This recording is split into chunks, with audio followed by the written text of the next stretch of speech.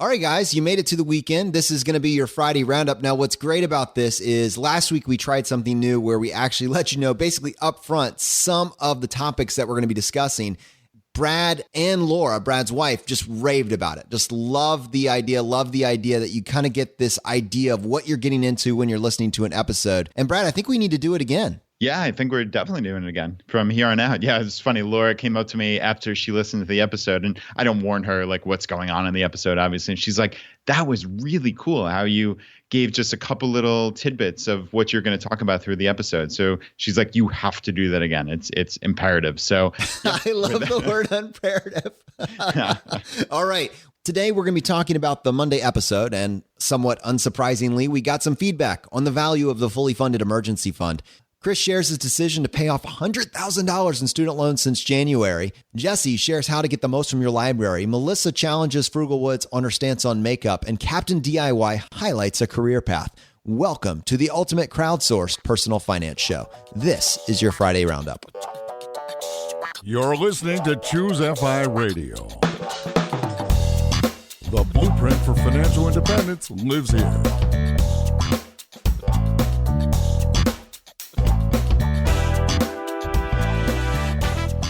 If you're looking to unlock the secrets to financial independence and early retirement, you're in the right place. Stay tuned and join a community of like-minded people who are getting off the hamster wheel and taking control of their lives in the pursuit of financial independence. Choose FI, your home for financial independence online.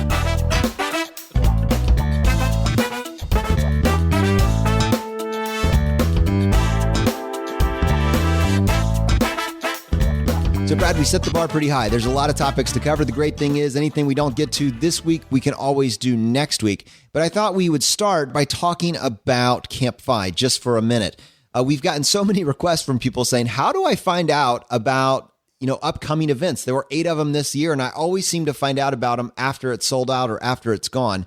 And we've been working with Steven, and he gave us permission to go ahead and put all the information for all the events onto one page on Choose FI so our community can find them. And so if you have been hearing about Camp FI or Chautauqua, and you've been thinking to yourself, man, it really would be nice to meet some people, in real life and get out of the daily grind for a couple days, you can go to choosefi.com/campfi. It has all the information, everything you would need to know, and it also has the links for each individual event so that you can check one out. And yeah, Jonathan, it is really neat to have all the information in one spot. You made a really nice page. And yeah, I mean, this is definitely Steven's event, but it's just a nice, easy way to get access to when these dates are for upcoming events. So yeah, just choosefi.com/campfi. And that's one word, Camp FI.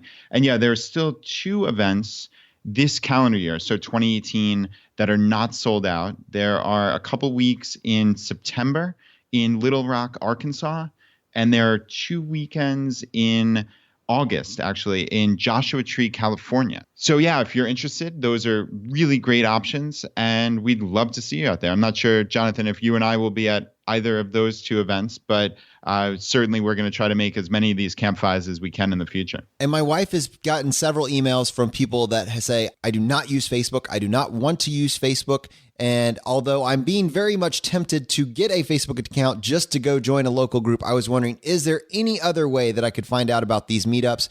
And Danny has volunteered to try to start aggregating all the different meetups around the country and putting them on one calendar page. That's not live yet, but we will hopefully get something in place. So even if you don't have a Facebook account and you're not engaged in one of those local groups, you can still find out about all the meetups. More information on that to follow. But she just messaged me and told me, please include that in this particular episode because I keep getting questions about it.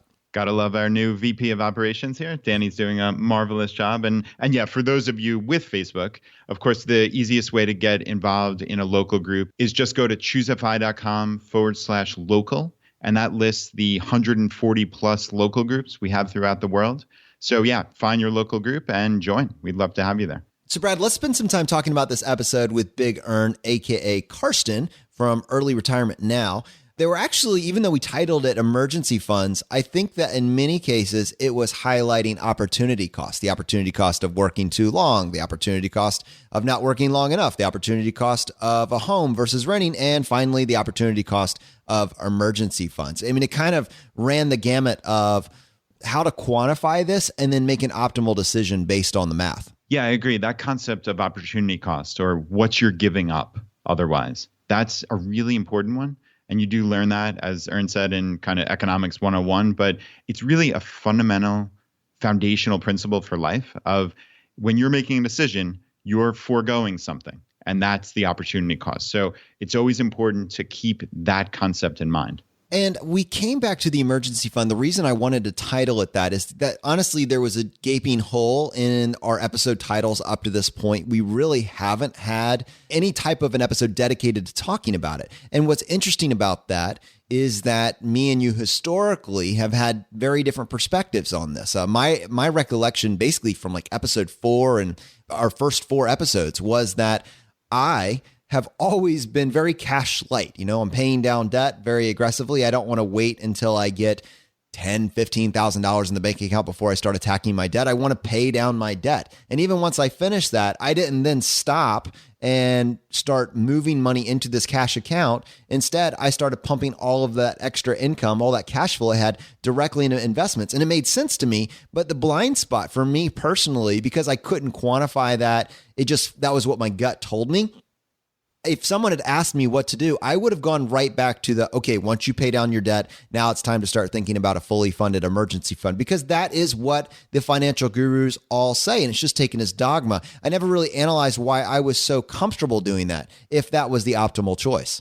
Yeah. And you certainly hear that everywhere, right? That is the fundamental advice you hear everywhere, is the first thing you do, aside from maybe paying down like payday loans or credit card debt or something extraordinary like that, is get that emergency fund fully funded. Who knows? It could be 3 to 6 months you often hear. I've even heard more than that, 6 to 12 months. So, but I guess it really comes back to what is the definition of an emergency fund?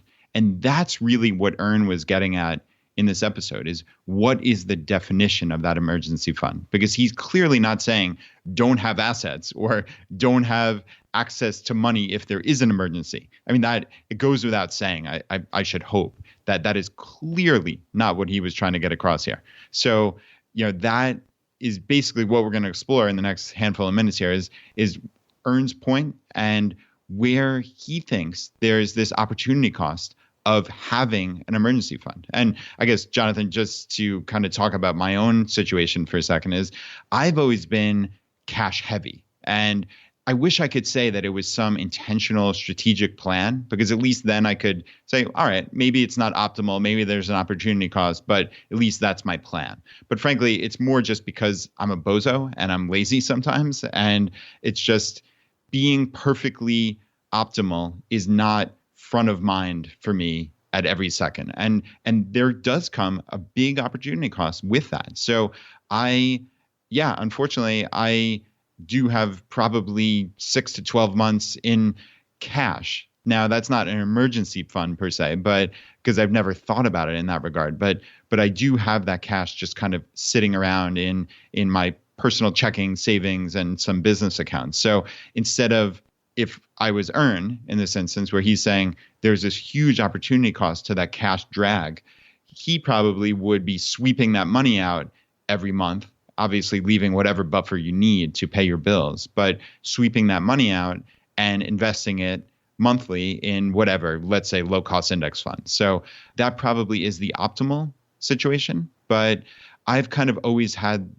I guess, A, this little bit of laziness, and B, some comfort with having cash lying around. So I think it would be worthwhile to explore further. I think one of the things that almost everybody that gives their opinion publicly is guilty of at some point or another is making a all-encompassing blanket statement, which is never true. I mean, that's one of our biggest criticisms of Dave Ramsey, is that it's a very one-size-fits-all message for a very multi-dimensional personal problem of personal finance. And I think what we have the opportunity to do with this second episode is explore some scenarios. So let me explain, in my case, like why it would make sense for me. I have a very high savings rate of, 20, 30, 50%. And I'm talking now a little bit historically when I was in this role of a pharmacist.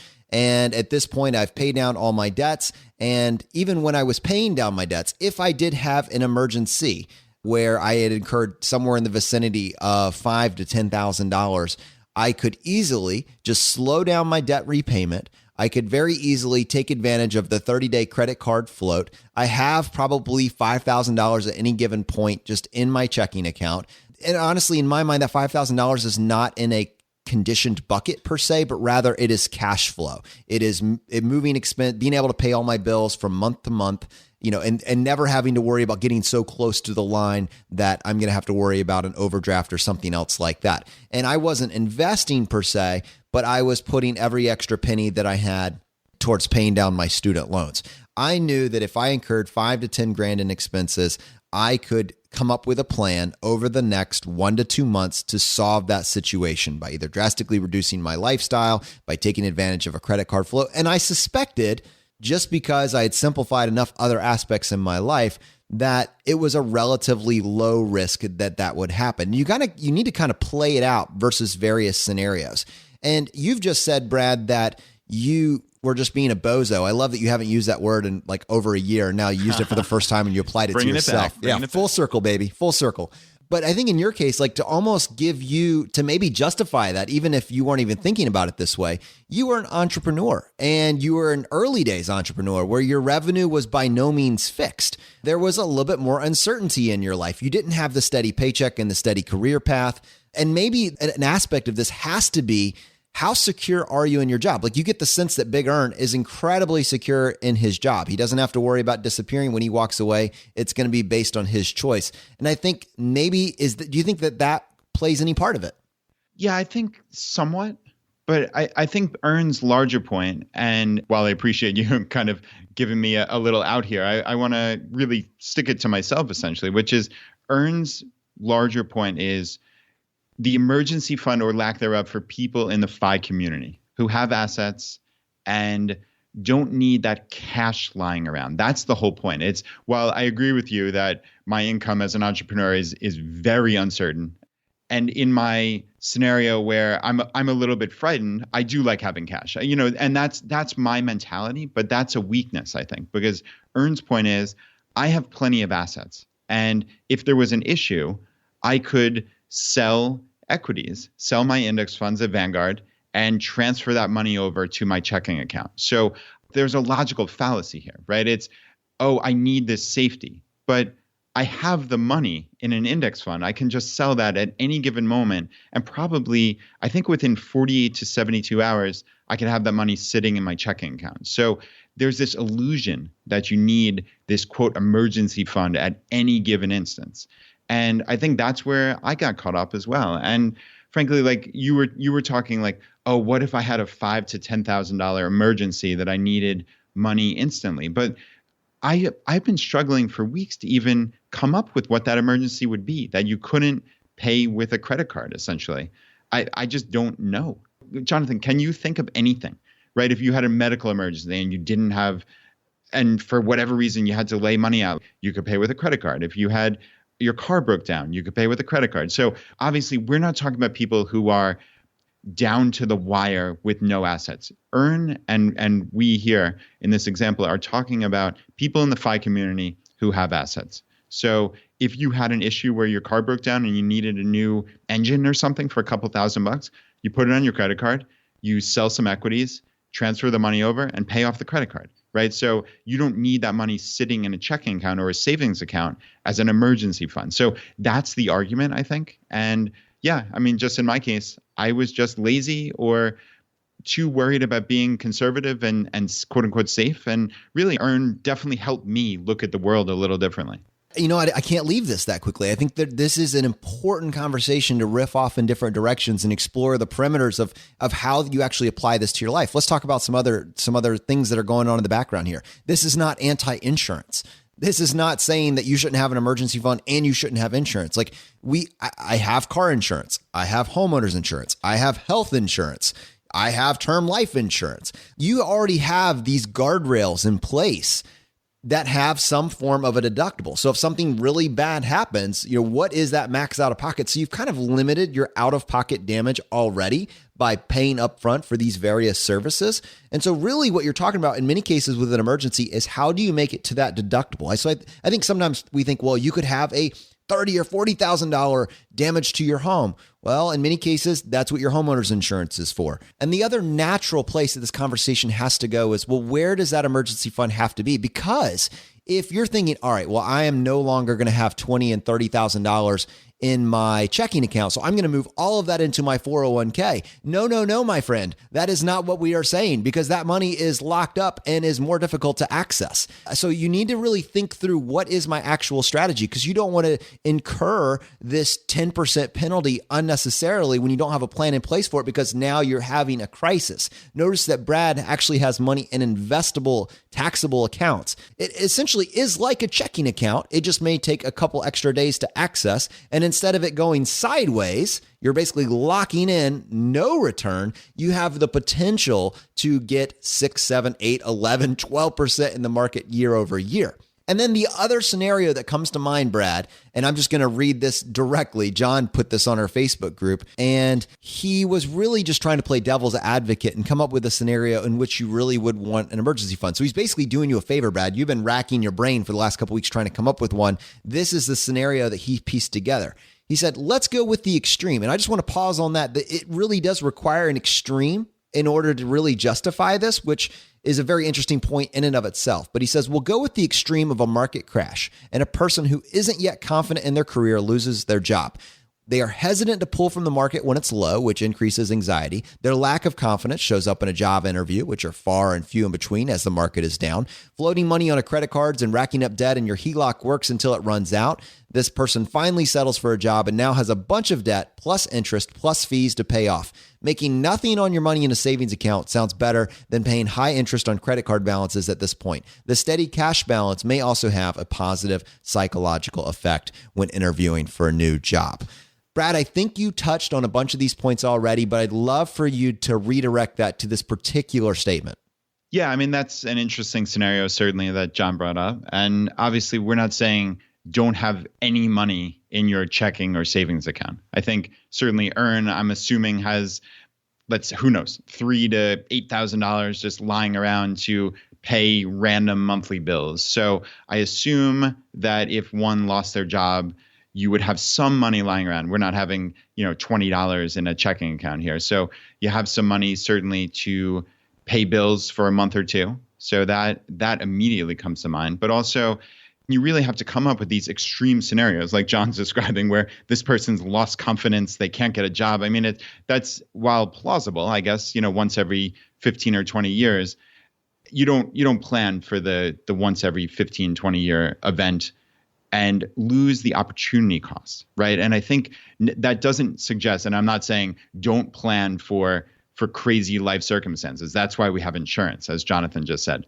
But the issue that Earn would argue is opportunity cost, right? So he said that even if, and I'm going to paraphrase, even if the stock market drops significantly, the rise up from the original investments along the way may have already put this money higher than it would have been, even with the drop, than it would have been if you just had it sitting in a savings account earning essentially nothing. So I think that is another thing that we often don't consider. So if you have money sitting in a savings account month after month after month, for years on end, it's earning maybe 0.1% interest, 1% if you're in an online bank. So it's really essentially nothing.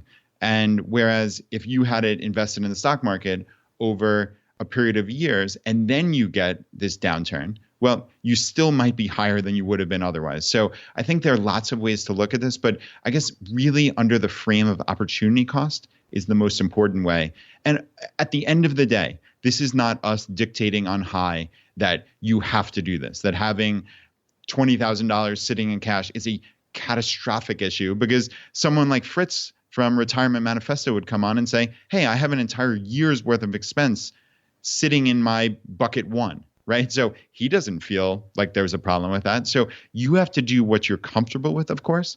But I think Earn's perspective, again, it opened my mind to, hey, what are these mythical emergencies that I keep worrying about, that I'm keeping this cash drag in my entire portfolio going for really essentially no reason. So that is my biggest takeaway is, what are these emergencies that I can't float with credit card float, a paycheck with 50% savings plus, as Ern talked about, my brokerage accounts, and like Ern said, a HELOC is another option. So I don't personally have that, but those are a great way to get through emergencies, right? And then the opportunity cost. So those are my two big takeaways. Now, this next step, as you kind of build this out, somebody's listening to this say, okay, you kind of piqued my interest with the episode on Monday. And now I think I might take action. Maybe I'm going to reduce my fully funded $50K that's been sitting in this account, maybe down to $20K, $10K, $5K. I kind of want to move in this direction because this makes sense to me. What do I do? Do I just dump all of that money in the market? Like, Brad, this is frankly aimed at you. You've just said, I think this might be a blind spot, and I think I might consider shifting. And you've indicated that you have a significant cash position. If you were going to take action on this, like what would it look like for you? Would you dollar cost average this? Would it go all into stocks? Would you do some sort of stock bond ratio? I think our audience would like to get a little bit more specifics on where you would see this going for the person that is cash heavy but is considering changing. Yeah, Jonathan, that is a great question. So this is obviously very pertinent for me since we recorded with Ern just a couple of weeks ago, and I've been thinking about this. So yeah, for me, I kind of have three different options, and I'm not sure what percentage I'm going to take of any of the three, but I guess the most obvious would be to move this cash that's sitting there into my Vanguard taxable account. Now, that doesn't mean I need to purchase all my index funds on day one, because I'm not sure if that would be my answer, but I can move it in there and then put an automatic investment basically monthly, or I think they let you do it weekly or bi-weekly. So you can do it on essentially whatever schedule you want and do this automatic investment and just kind of take my brain out of it, right? Jonathan, we've talked over and over again how the biggest impediment to investing, and I've seen it in my own case, right, with this cash drag, is your own brain just getting in the way, trying to overthink things, right? When we had the mad scientist on, I think he brought his hockey pass, his hockey number into it, right? It was some kind of crazy thing like that. And it's just gone straight up since then. Have you looked at the market since that number? Right. But isn't that amazing? You have people like Brandon who obviously know the numbers, but he's still susceptible to it. I'm certainly still susceptible to it. So I think for my own level of comfort, and I know Laura's level of comfort, we would not just dump a huge amount of money into our funds on day one. Now, I think the math would suggest that you should, and that's way over my pay grade, but we can certainly link to articles or put them in our Facebook group. But the math suggests just put it all in. But my psychology, that would not work terribly well. So we would do some type of dollar cost average over the course of months. But again, I would set it up automatically. So it took my brain out of it. So that would be one option. Jonathan, we've talked about rental real estate, and I'm contemplating buying rental real estate actually. So I might use that instead of having this cash drag, use that as a down payment on a rental. So that's something we're considering. And also maybe potentially paying down debt. So while that's not as sexy or as high value as the other two items, but maybe paying down some of my mortgage, or I've talked in the past about how we had that real estate investment, and I use that term very loosely because it was just a idiotic move that I made a number of years ago on a basically vacant piece of land. It was speculating. It was stupid. And, I have been paying for it for a while. Maybe I pay down the debt on that. So those are all much higher value and much higher return than the money just sitting there in cash. So yeah, I'm kind of contemplating some variation of those three items. Sounds completely reasonable. I've had instances where I've both dropped a significant chunk of cash, like I think it was like 20 to 30,000 all at once, but that was more in a situation where it was a rollover. So it had been growing with the market and it was from my traditional employer, and I'm now rolling it into a IRA. In that case, you're basically just rebuying it within an interval of about a week or two of exactly where it was. It did not freak me out that I was just going to be buying it all in on a lump sum. I can say that if I had cash that had been sitting to the side, I would probably, that might hurt a little bit more. It's very painful when you're cash heavy to then get back into it. all at once. So whatever it takes just to take action and get moving, I totally get that. I think it would also be useful to explore a couple other maybe short-term scenarios. Jennifer had a question on the group, and she said, right now we put money we are saving for a car into a savings account. We plan to purchase in 2 to 3 years. Would you put that into a Vanguard instead, even though we're going to be withdrawing it in 2-ish years? That's a perfect scenario. I mean, this is what we're talking about. Now we're looking at abbreviated timelines. We never know what the future is going to hold. The market could crash tomorrow. But I think that if you look at this as a bet, over time, if you make the choice to put that money into a low-cost index fund where it is able to grow and basically keep up with the market. Now, we know the market can be unpredictable. It can go up and down. But I think that time has already proven that more times than not, it is going to grow faster and grow quicker when you give it a chance to do its thing inside of a low-cost index fund, as opposed to locking in the stagnant returns of your checking account. Now, having said that, we have kind of referred to the average market returns of being around 8%. That's just what we use. It's a super rough rule of thumb, and it's just based on historical returns. It doesn't predict the future. But obviously, when you compress that timeline and you're talking about 12 to 24 months, that is much less certain. And so I thought this was a great question, and I reached out to Big Earn to get his input on maybe not what the perfect answer is, but what he would do if he were presented with this exact scenario.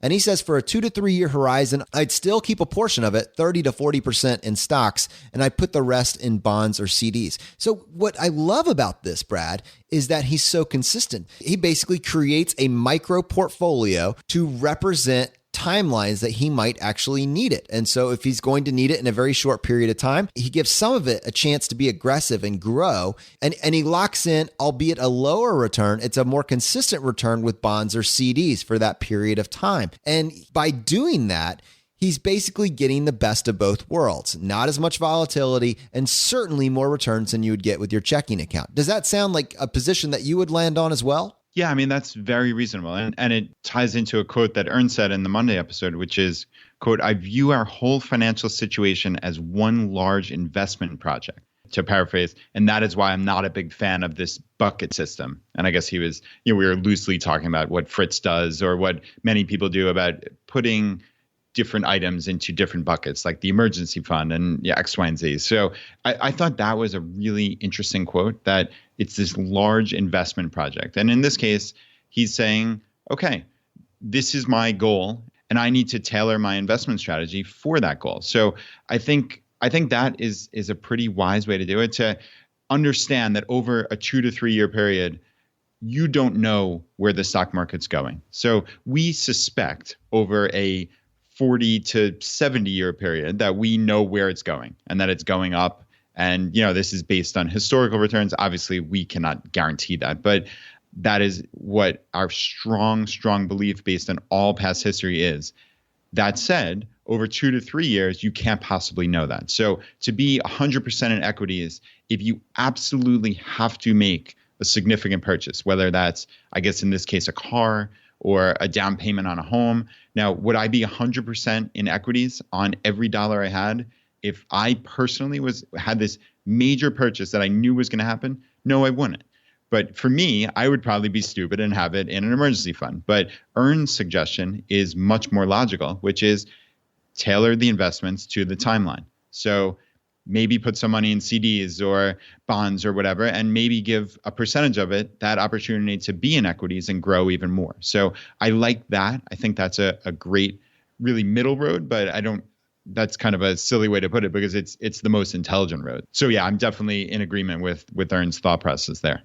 And there's so many banks that offer dramatically better returns than what you're getting currently. If you really are looking for a short-term place to park money, I know that at least as of 2018, Texas Bank was offering a 2.5% rate of return on balances up to $25,000, Texas residents only. Consumer credit unions, you were earning up to 4.59% if you had a credit card attached to the account as well.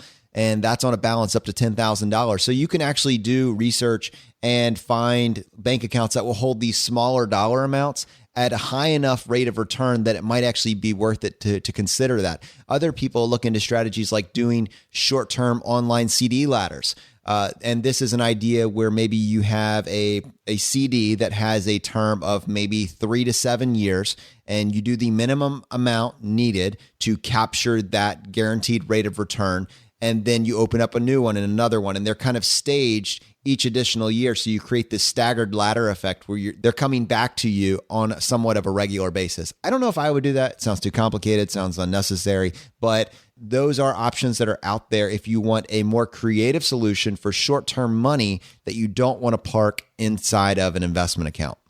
So that was in my mind, that was a pretty comprehensive, thorough look at this concept of what to do with emergency funds. On this show, you have two individuals that have approached it from a very different place. I kind of gave myself a pat on the back because Ern just validated what I was already doing myself. But I will say that I would never have given this advice to anybody else. I just kind of took it at face value that it worked for me. And I think it's interesting to sometimes analyze why you're doing something and put a reason behind it, because it gives you just a little bit more confidence with your path. Now, that's not to say that this episode didn't come with some challenges, right? We always try to present the other side, and Paul submitted a voicemail contesting Ern's definition of an investment with regards to housing. And for the record, this is a debate that will never end. Is your home a good investment? There will always be another side to this, but I think the conversation's interesting. So I'm going to go ahead and play this voicemail that we got from Paul. Hey, Brad and Jonathan. And hi to Danny, since she's probably the one actually listening to this. Congrats for officially joining the Choose FI team, Danny. I look forward to meeting you someday. The episode with Big Ern today was really good, I thought. I like challenging conventional thinking, even as it applies to the FI world that tends to be nonconformist. So big kudos to Carson for his pending retirement. It might be fun to keep track of how many people Choose FI has inspired or empowered to air quote, retire early.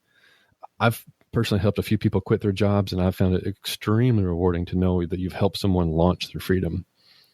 Regarding the conversation about whether or not your primary residence is an investment, Carson said he considers it an investment because the user gets a benefit, or I think as he put it, a dividend, a non-cash dividend. I personally side with J.L. Collins that a primary residence is not an investment.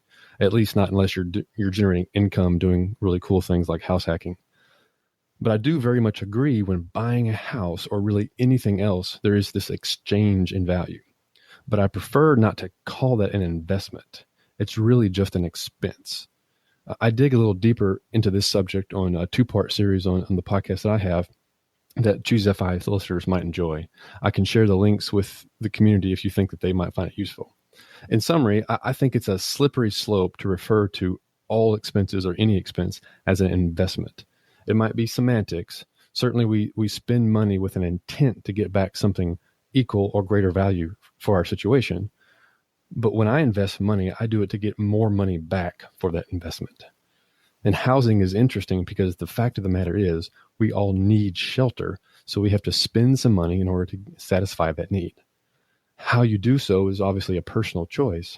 I just balk at the idea of referring to it as an investment because I fear it creates this attitude that we can spend more or spend what I want because it's an investment. I can upgrade to the next bigger house because I'm investing. No, not really. In most cases, you're just buying a bigger expense.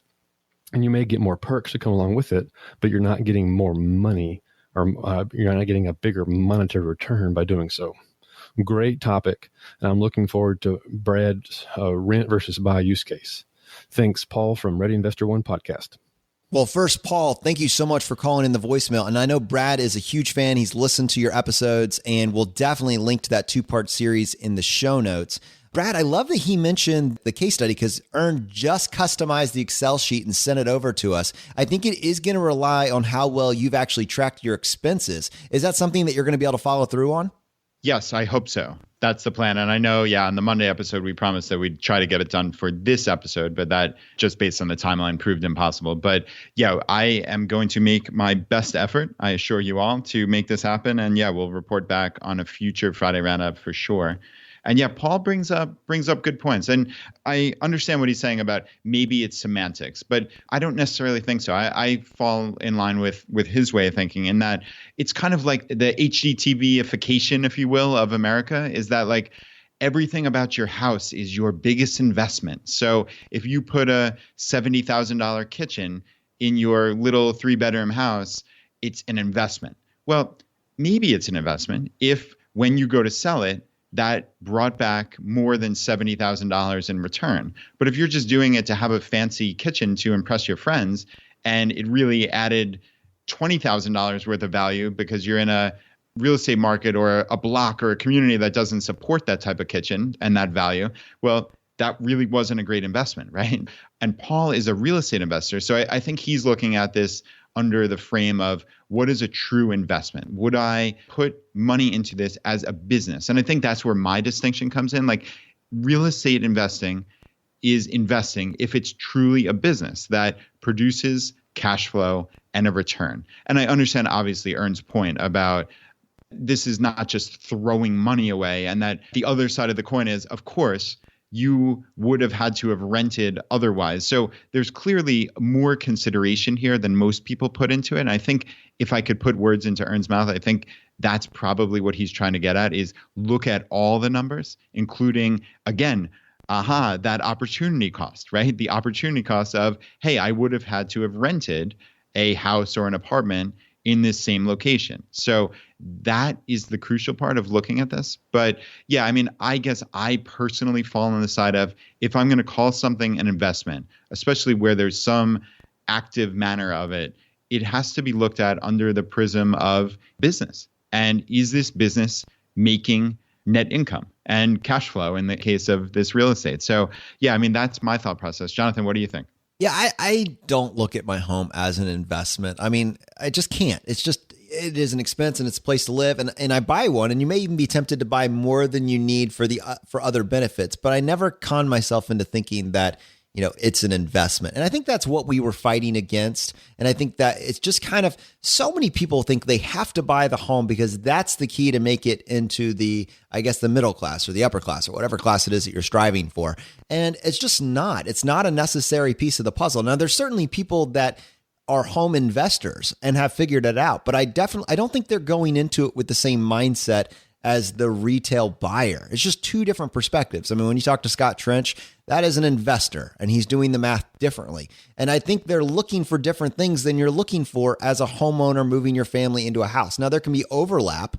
People do house hacking. There is a way to do it, but I just think the two get conflated. And I think what Paul is saying is that mimics my own internal thoughts as I listen to that. I think that Ern is right to make a lot of the points that he made, but again, it comes down to the fact that you'll be better off when you view your home as a place to live and you decide that you're okay spending more and recognizing that it's more of an expense for some of the other lifestyle benefits that you feel that it offers. Just don't call it an investment, because don't trick yourself. Invest in things that are good investments. And it could be a house. It's just probably not your home. Wow, that's pretty deep. It could be a house, but it's probably not your home.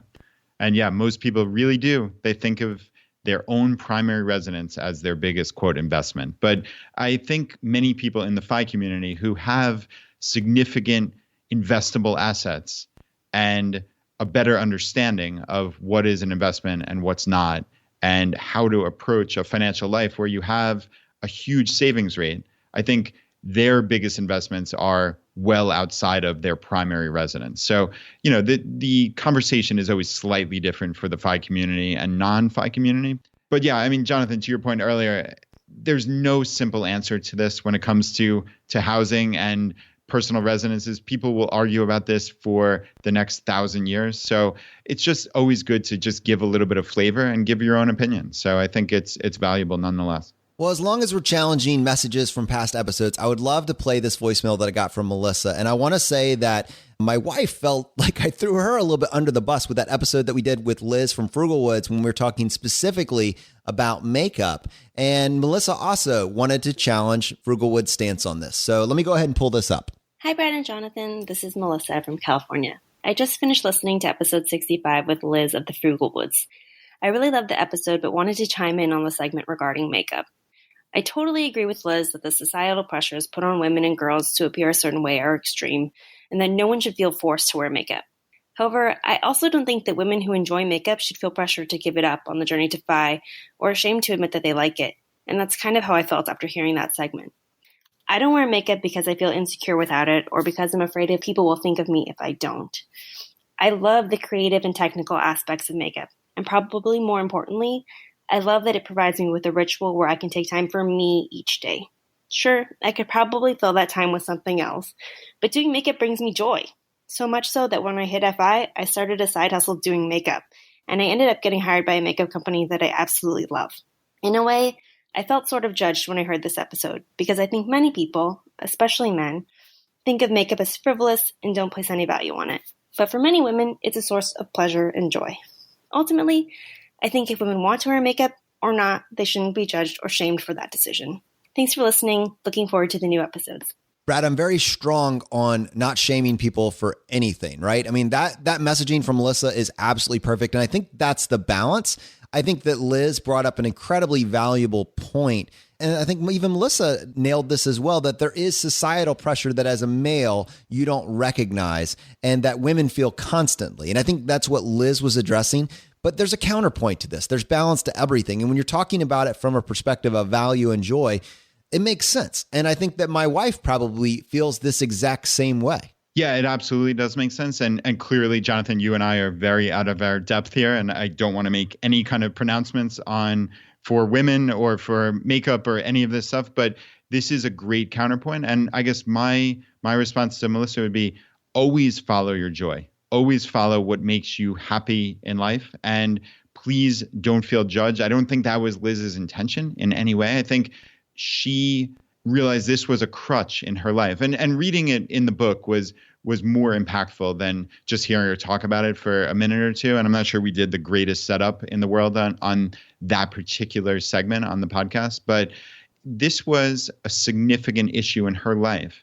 And her overcoming that was a huge, huge mental positive for her. And it was a big step forward in her own life and her own journey to happiness as she has it today.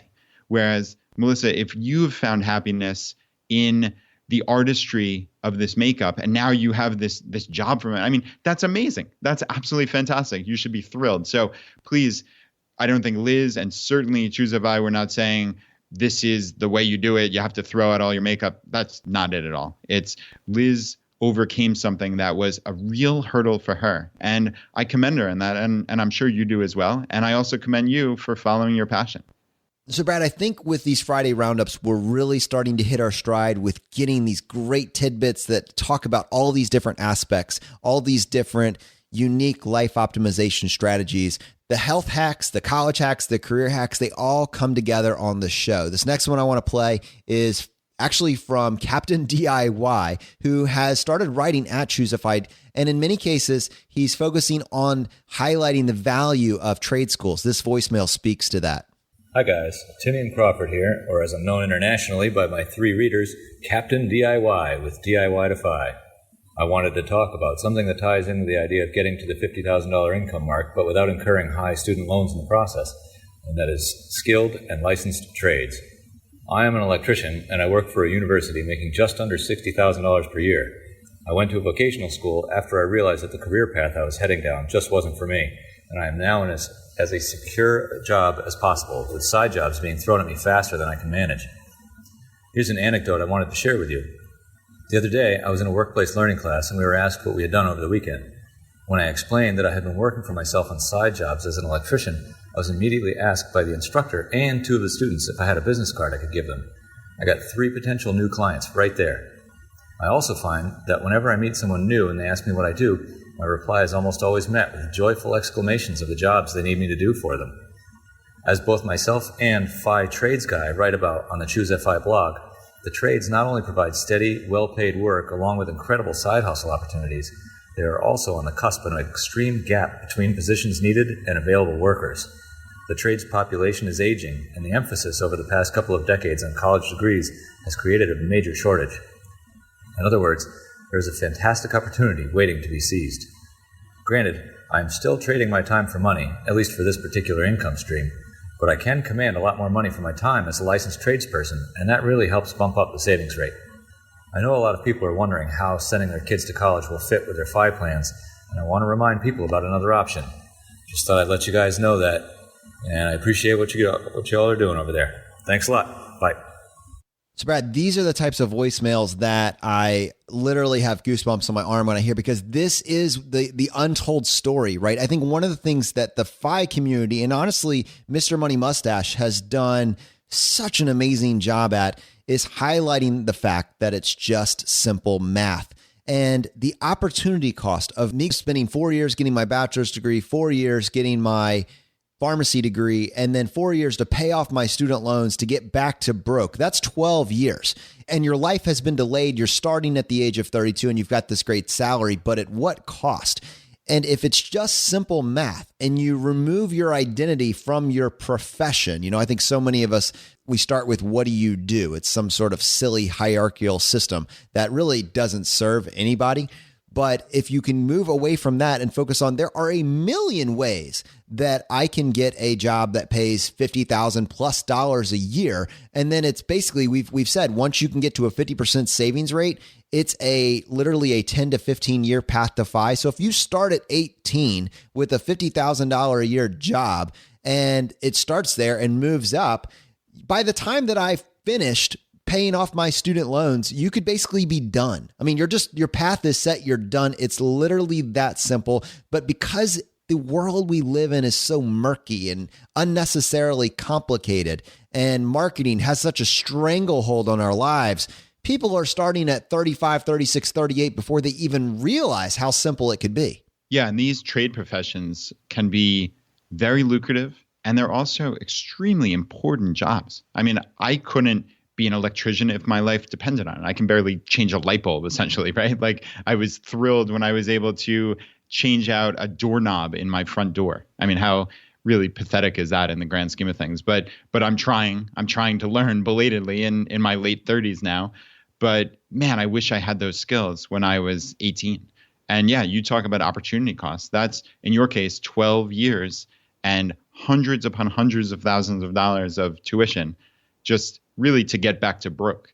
It is amazing if you had started 12 years before in a profession like an electrician or a plumber, making a really nice salary with the ability to have side jobs. You're right. How quickly would you have been to FI? So, and Tinian's point about trading hours for dollars essentially is an important one, but who knows? Maybe he can take the FI skills that he learns from just being in the community, listening to Alan Donegan talk about pop-up business school, and start his own business. That's not inconceivable as well, where he can take strong business background and turn it into something where he doesn't personally have to trade his hours for dollars, and he can hire people to do it and just make sure, when you call an electrician, what are you always concerned with?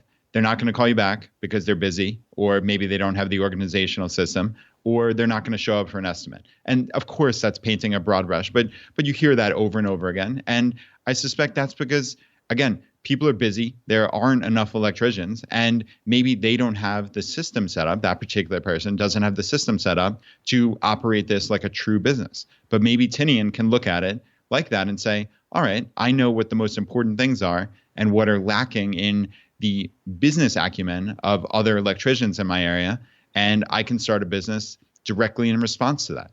I think that would be brilliant, right?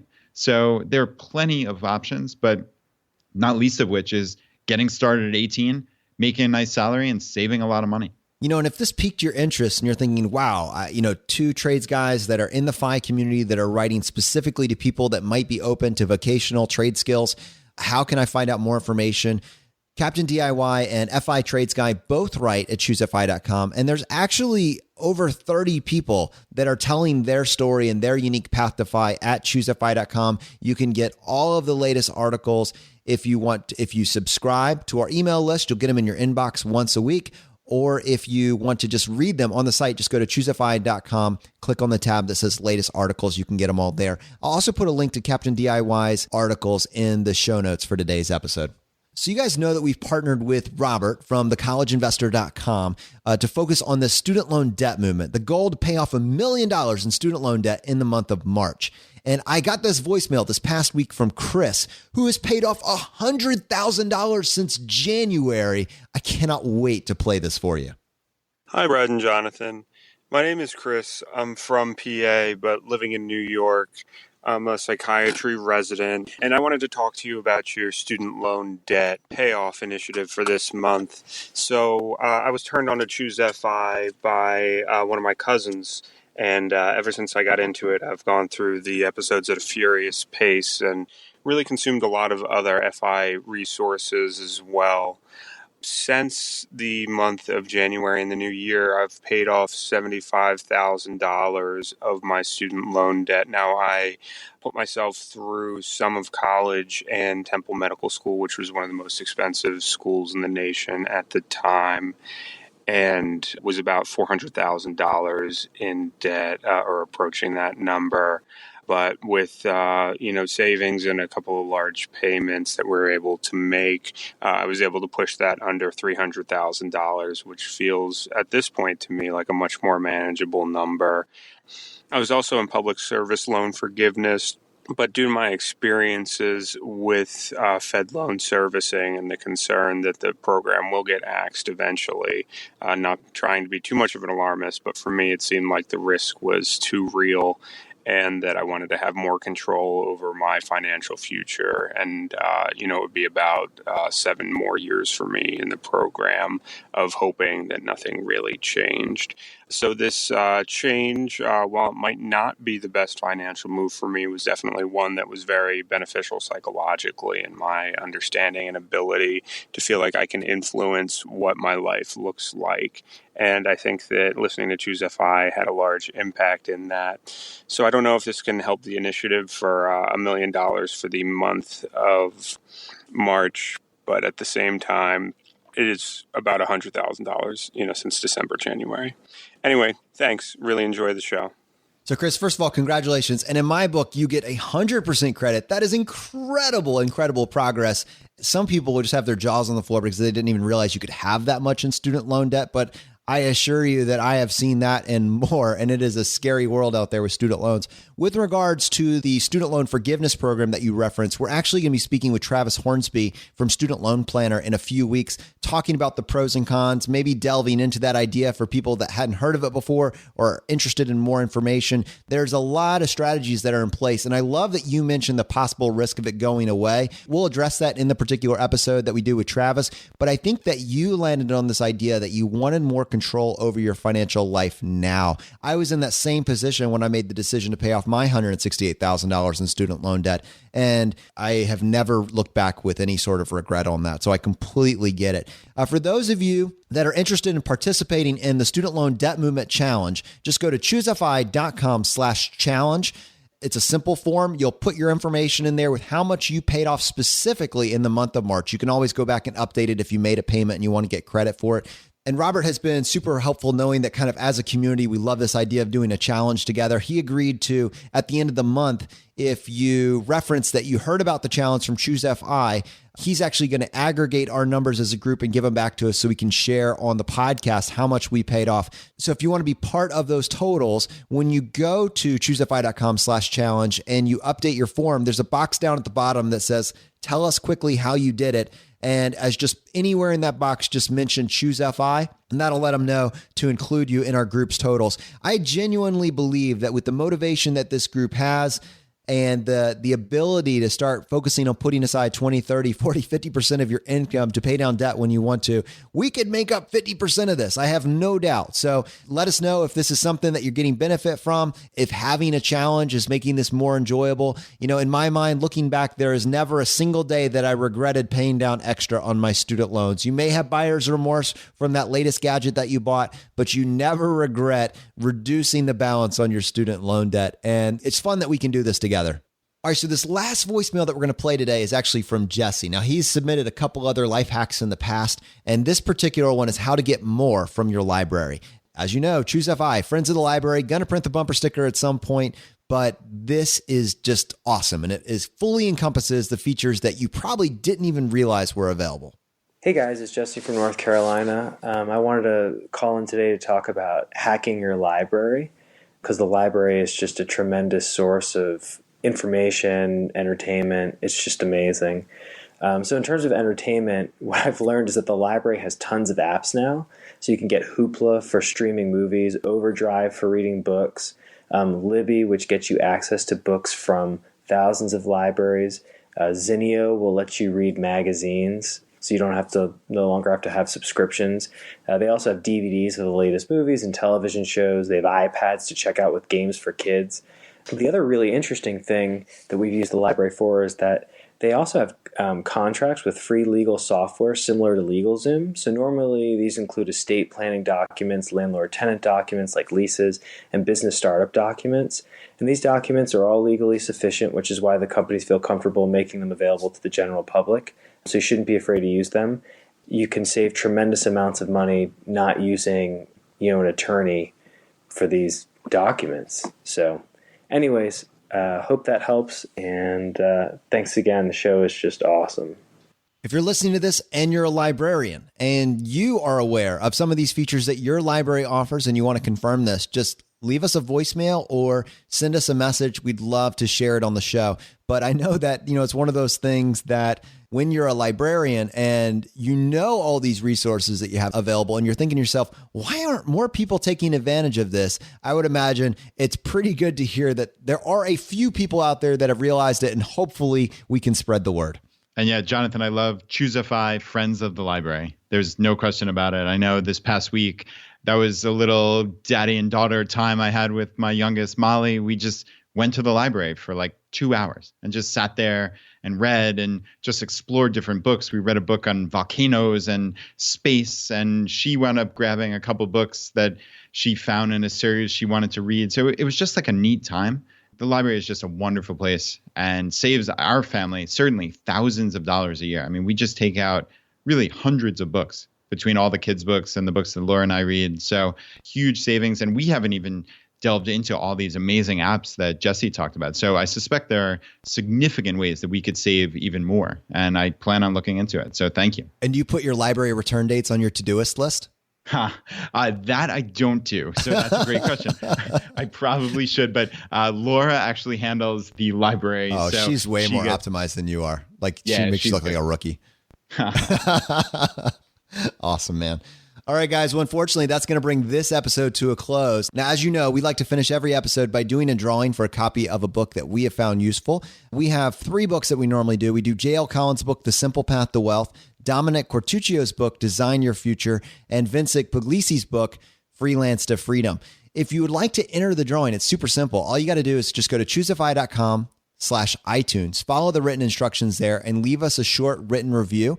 And then just send us an email to feedback@choosefi.com, letting us know that you left a review and what screen name you left it under. We had William, who actually helps us out on the Facebook group. He sent us a message saying, guys, you really need to add on to this that you are available on Stitcher. Not everybody has access to iTunes or wants to download iTunes in order to give you a review. And I'm sure there are people that would like to have another way to leave a review and enter this drawing. To which I respond, you are absolutely right. And it's a failure on our part not to update that. But obviously, if you don't have access to iTunes, you don't use iTunes, you're on Android, the only other site that really aggregates reviews is Stitcher. We'll set up a short link at the bottom of choosefi.com/iTunes. And then just go ahead and leave us a review there. And same deal. Send us an email with your screen name, and we would love to enter you in that drawing. So, Brad, how many winners do we have today? All right, Jonathan, we have one winner today, and the winner is Emily. And she said, new things to learn every time. I started my financial growth journey a few years ago and was recently introduced to Choose FI through a Facebook group. This podcast has been super binge-worthy, and I am enjoying the opportunity to learn so many new things that just never occurred to me before. Can't wait to get to FI. Thanks for doing what you do to help those of us on the FI journey. Fire on. Thank you so much, Emily, for sending in that review. And to the listeners out there, I hope you're getting value from these episodes. It's a blast to put them together for you, and I promise we're learning right along with you. It's a lot of fun. The fire is spreading, my friends. We'll see you next time as we continue to go down the road less traveled. You've been listening to Choose FI Radio Podcast, where we help middle-class America build wealth, one life hack at a time.